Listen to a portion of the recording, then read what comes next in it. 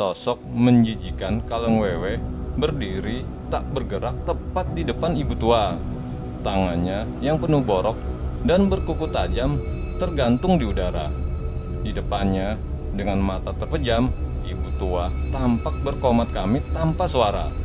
Semakin cepat ibu tua itu memutar tasbihnya, makhluk itu menjerit semakin keras.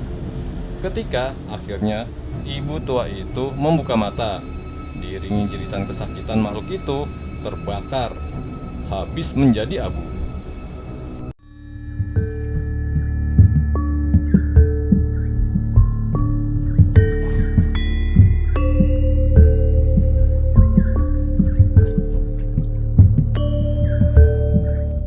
Assalamualaikum warahmatullahi wabarakatuh. Selamat pagi, siang, sore, atau malam untuk para sahabat channel Ada Kisah. Apa kabar sahabat? Yang lagi tugas, piket, nyopir, macet-macetan, beres-beres rumah, masak, ngepel lantai, nunggu orderan yang gak datang-datang, dan para rebahaner seluruh dunia. Bagaimana? Masih dikasih wifi tetangga? Semoga para sahabat Ada Kisah senantiasa diberikan kesehatan, keberkahan, dan dimudahkan segala urusannya oleh Tuhan Yang Maha Esa. Pada kesempatan kali ini, saya, Petir, akan melanjutkan kisah pendakian misteri di Gunung Cermai, teror mistis dua pendaki, part 6, kisah dari Bang Aras Anggoro.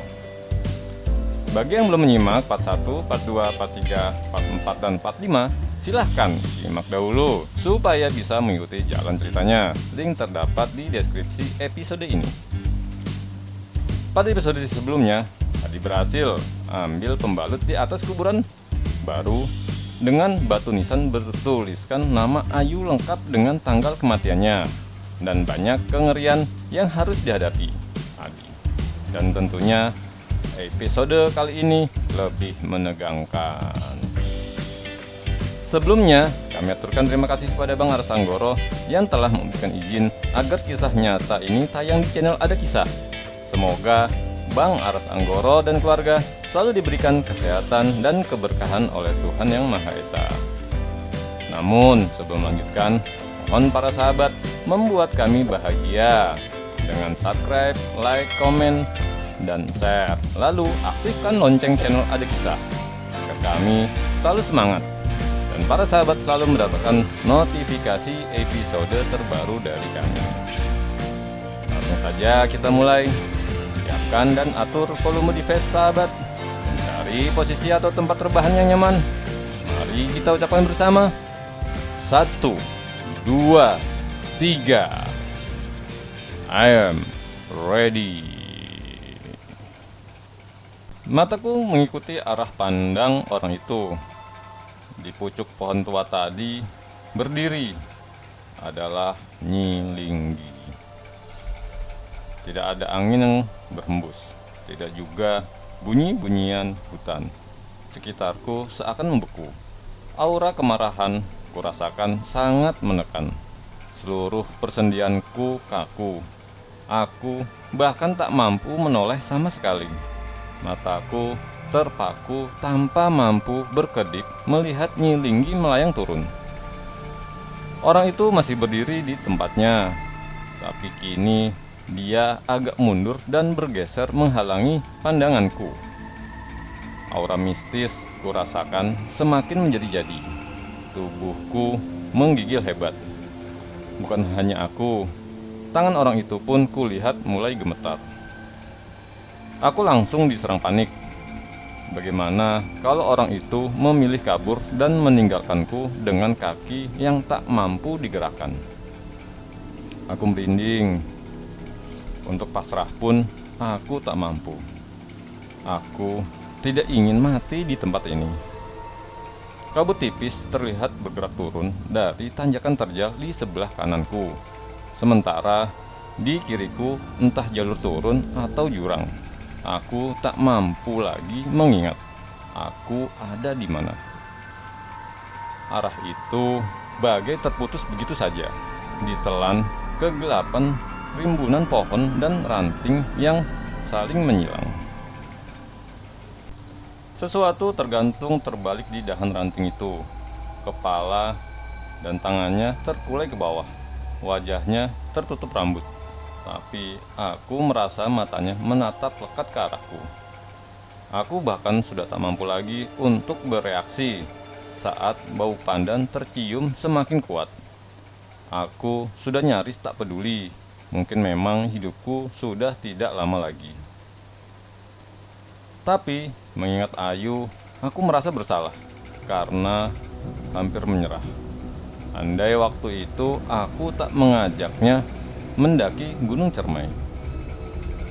Dadaku kembali hangat. Ada setitik semangat yang muncul. Aku sudah sejauh ini. Aku mesti berhasil. Kami berdua harus kembali ke Jakarta. Kembali ke kehidupan normal kami yang biasa. Seiring ketenangan yang muncul, kakiku kembali mampu bergerak walau lemah. Perlahan ku coba berdiri. Rupanya itu hanya ketenangan palsu. Kembali aku terjatuh.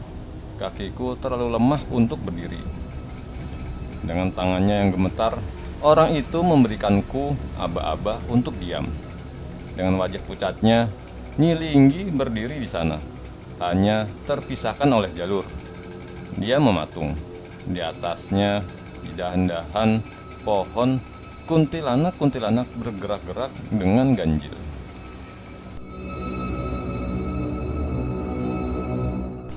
Di tengah ketegangan yang memuncak, telingaku mendengar sesuatu. Suaranya berasal dari arah jalur bawah. Mataku membelalak ketika sesuatu itu akhirnya muncul. Itu adalah suara rombongan beberapa pendaki yang naik malam. Orang yang terdepan nampak membawa carrier ukuran besar, membuat jalannya membungkuk. Di belakangnya mengekor dua orang lain. Jalannya terseok dan tampak kepayahan. Aku tegang menyaksikan mereka melintas pelan di antara orang itu dan Nyi Linggi. Tapi seperti pendaki sebelumnya, mereka pun nampaknya tak melihat kami. Semua mata menatap para pendaki itu. Bola mata Nyi Linggi bergerak mengikuti langkah pendaki terakhir yang tiba-tiba berhenti. Jantungku mencelos mendengar pendaki itu berteriak memanggil dua temannya. "Woi setan, istirahat dulu sebentar, capek banget gue ini, anjing." Dengan takut-takut, ku beranikan diri melihat Nyi Linggi. Aku ngeri membayangkan reaksinya mendengar ocehan tidak sopan barusan. Dengan pelan dan terpatah-patah, ku lihat wajah Nyi Linggi menoleh ke pendaki itu. Matanya merah dan jelas nampak marah. Aku komat kamit berdoa supaya pendaki itu segera pergi. Tapi dia masih diam di sana. Tangannya bertumpu pada trekking pole. Dia kelihatannya sedang mengatur nafasnya yang kembang kempis. Dua temannya berdiri menunggu tidak jauh di atasnya. Salah seorang berteriak, "Tanggung sedikit lagi, nanti ngecamp di tanjakan Seruni aja." Seorang yang lain menambahkan, "Udah gue bilang, lebih enak lewat Palutungan kalau naik. Turunnya baru lewat Tinggarjati. Lu ngeyel kalau dibilangin." Pendaki terakhir itu tertawa-tawa kurang ajar sambil berkata, "Sama aja lah, lewat mana aja. Ini emang gunung gak bener. Semua jalurnya nyusahin. Gunung brengsek." Dalam sekejap suasana berubah. Udara seakan sedingin es. Tangan pucat Nyi Linggi bergerak, tampak mengancam dengan kuku-kukunya yang runcing dan hitam. Sesosok bayangan hitam bergerak cepat dan menabrak pendaki itu yang sama sekali tidak menyadari situasi. Aku menunggu dengan tegang yang akan terjadi, tapi sosok hitam yang masuk ke tubuhnya rupanya tidak langsung menampakkan efek. Dia masih tertawa-tawa dengan kurang ajar. Dengan jari-jarinya yang panjang, tangan Nyi Linggi terulur sambil dia melangkah ke arah pendaki itu. Aku tak mampu bersuara, hanya bisa menutup mulutku dengan tangan. Mataku membelalak lebar. Orang itu yang sejak tadi berdiri di depanku juga bergerak. Kulihat dadanya naik turun dengan cepat. Lalu tiba-tiba dia menggeram keras. Disusul suara auman harimau. Aku berteriak histeris sambil menutup telinga.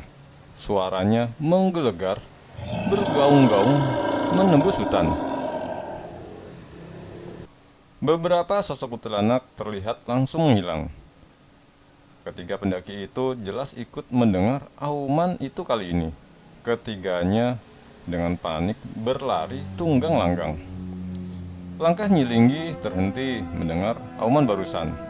Tanpa membalikkan tubuhnya, wajahnya berputar menghadap orang itu. Matanya mendelik menakutkan.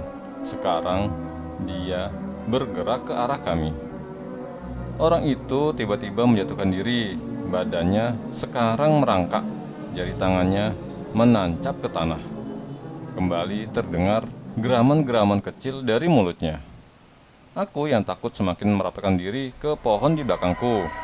Tanganku gemetar hebat sambil menutup telinga. Sementara di depanku, orang itu dan Nyi Linggi saling menatap. Bola mata Nyi Linggi bergerak pindah-pindah dengan cepat pada orang itu dan aku. Lalu, tanpa membuka mulutnya, dia mengeluarkan suara yang kering dan dingin. Kumakan kalian semua. Aku hampir pingsan ketika mendadak sesuatu melintas di sampingku. Dari sebelah kiriku berjalan dengan tertatih sosok bungkuk seorang perempuan tua. Aku hampir tak mempercayai mataku. Itu adalah ibu tua dari Cibunar. Apakah dia naik sejauh ini untuk menyusulku? Ibu tua itu melangkah pelan sekali dengan kaki diseret. Kedua tangannya memegangi tongkat kayu untuk membantu jalan. Dia lewat begitu saja tanpa menoleh ke arahku. Dengan lembut dia menyentuh pundak orang itu yang masih menggeram dan tampak memintanya untuk tenang. Orang itu yang sekejap lalu seakan berbuah liar, perlahan kembali seperti sedia kala. Geramannya tak terdengar lagi. Pelan dia mundur ke arahku. Dari sebelah kananku berjalan melewatiku seorang kakek berbaju serba putih. Di kepalanya terlilit sorban yang juga berwarna putih. Kakek ini juga menyentuh pundak orang itu dengan lembut. Kali ini, orang itu bahkan langsung mencium tangan kakek itu dengan khidmat. Nyi Linggi tampak melayang sejengkal dari tanah. Wajahnya yang pucat tampak semakin pucat. Bola matanya bergerak-gerak liar. Sebuah suara terdengar marah. Kalian, Ibu tua itu menatap Nyi Linggi, lalu dengan tenang memperhatikan sekeliling. Kakek putih itu sekarang berdiri di samping ibu tua. Jubah putihnya tampak bergerak-gerak pelan, tertiup angin yang tiba-tiba berhembus pelan. Linggi, ucap si kakek putih dengan lembut. Ada apa ini, Linggi? Tanpa membuka mulutnya, Linggi berteriak marah. Jangan ikut campur, bukan urusan kalian. Matanya melotot, tapi dia bergerak mundur dengan perlahan. Anak-anak ini harus mati. Aku menggigil mendengarnya. Ancaman itu ditunjukkan untuk aku dan Ayu. Tatapannya menancap dingin ke arahku. Linggi, barang siapa membunuh seseorang manusia, itu sama dengan membunuh seluruh manusia. Kakek putih itu berkata dengan lembut sambil memutar-mutar tasbih di tangannya. Sekali lagi suara Nyi Linggi menggelegar.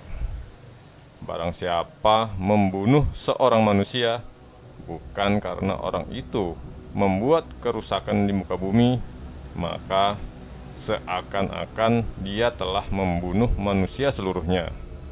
Dan barang siapa yang memelihara kehidupan seorang manusia, maka seolah-olah dia telah memelihara kehidupan manusia semuanya. Nyilinggi tertawa-tawa mengerikan, dan disusul sebuah bisikan. Al-Maidah ayat 32. Perlahan jarinya yang putih pucat terangkat dan menunjuk tepat ke arahku. Anak ini telah berbuat kerusakan. Bisiknya pelan, namun suaranya terdengar jelas. Mati jadi keharusan. Aku semakin menggigil ketakutan, sementara Nyilinggi tertawa-tawa semakin kencang dan terus-menerus meneriakkan satu kata, mati, mati, mati. Kedua orang tua itu ku dengar mengulang-ulang istighfar sambil tak henti memutar tasbih. Manusia tempatnya salah, Linggi. Maafkan akan membuatmu lebih mulia. Maafkanlah kekhilafannya, Linggi. Kakek itu berucap. Jangan ikut campur, bentak Nyilinggi lagi. Tangannya tiba-tiba menunjuk ke arah kegelapan tempat Kalang Wewe menggantung sejak tadi. Mataku membelalak lebar. Tiba-tiba saja wajah Kalang Wewe tadi sudah ada di depanku. Tangan kanannya dengan cepat mencekik leher orang itu, sementara lidahnya menjilat wajahku. Aku menjerit ngeri melihat belatung bergerak-gerak di dalam mulutnya. Secepat kemunculannya, secepat itu juga hilangnya. Sabutan tasbih ibu tua hanya memukul ruang kosong. Kalang Wewe itu sudah hilang diiringi suara cekikikan dalam kegelapan. Orang itu terbatuk-batuk hebat sambil memegang lehernya yang sekarang tampak menghitam, sementara tubuhku gemetar tak terkendali. Nyilinggi melayang mendekat lalu hilang. Sosoknya muncul di balik pohon tua itu, sebentar kemudian hilang. Sosoknya muncul lagi di atas dahan, hilang. Tapi dia tak pernah muncul terlalu dekat untuk mampu menjamahku. Aku dengan panik mencari-cari setiap dia hilang dan menatap dengan was-was setiap dia muncul. Tapi dimanapun dia muncul, matanya selalu terpaku menatapku tanpa ekspresi. Suara-suara berbisik dari segala arah menghujani telingaku dengan kata-kata mati, mati, mati, mati. Semakin erat ku tutup telingaku. Suara-suara itu justru semakin jelas. Aku yang kalut berteriak-teriak histeris, berusaha mengenyahkan suara-suara itu dari kepalaku. Orang itu dengan kasar menarik tanganku yang membekap erat telingaku sambil membentak, istighfar, ingat Tuhan, lu orang Islam bukan? Mataku membelalak menatap orang itu. Mulutku dengan refleks mengulang-ulang istighfar, tapi suara-suara di kepalaku justru semakin keras. Aku memukul-mukul kepalaku dengan panik berharap suara itu segera lenyap. Orang itu kembali membentakku, istighfar. Suara bergetar lirih, astagfirullah, astagfirullah. Lebih keras, astagfirullah, astagfirullah. Orang itu menampar pipiku dengan kencang sambil berteriak, lebih keras. Astagfirullahaladzim, la haula wala quwata illa billahil aliyil azim. Aku menjerit sejadi-jadinya sambil menangis. Dadaku turun naik, nafasku tak beraturan. Orang itu dengan lembut menyentuh bahuku. Dia tersenyum. Tiada daya dan upaya kecuali dengan kekuatan Allah yang maha tinggi lagi maha agung. Air mataku mengalir deras, tak mampu kubendung. Bibirku bergetar pelan. Dalam isakku, istighfar terucap secara refleks. Seluruh tubuhku gemetar dengan hebat. Tapi suara-suara itu sudah hilang. Orang itu menampar pipiku dengan pelan. Senyumnya tersungging menghina. Dasar bocah. Kakek putih itu maju selangkah mendekati Nyilinggi yang kini melayang beberapa meter di depannya. Lepaskan anak ini, pergilah Linggi. Suara lembut kakek itu pelan, tapi terdengar wibawa. Tangannya tak henti-hentinya memutar tasbih. Nyilinggi memiringkan kepalanya memandangi kakek itu dengan tajam. Seakan tak mendengar, dia tersenyum dan terus-menerus berkata datar, "Mati, mati, mati." Aku kembali meremas telingaku ketika tiba-tiba terdengar suara lengkingan yang memekakan. Sosok menjijikan Kaleng Wewe berdiri tak bergerak tepat di depan ibu tua. Tangannya yang penuh borok dan berkuku tajam tergantung di udara. Di depannya, dengan mata terpejam, ibu tua tampak berkomat kamit tanpa suara. Semakin cepat ibu tua itu memutar tasbihnya, makhluk itu menjerit semakin keras. Ketika akhirnya ibu tua itu membuka mata, diiringi jeritan kesakitan, makhluk itu terbakar, habis menjadi abu. Nyilinggi melihat kejadian itu dengan diam. Kemarahannya nampak dari tangannya yang bergetar. Aura murkanya meledak dalam keheningan. Perlahan bibirnya yang selama ini tertutup kini pelan-pelan terbuka. Sebuah kalimat yang dia katakan berikutnya langsung membuat kakek putih itu waspada. Nyawa bayar nyawa.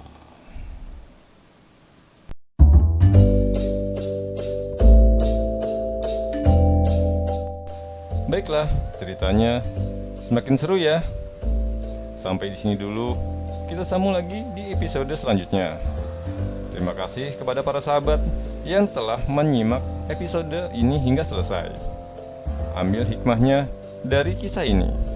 Mohon subscribe bagi yang belum dan komen tunjukkan kamu ada. Saya Petir pamit, tetap semangat. Jangan lupa ikut nyumbang, bayar bulanan wifi tetangga supaya password wifi nggak diganti lagi. Hehehe. Wassalamualaikum warahmatullahi wabarakatuh.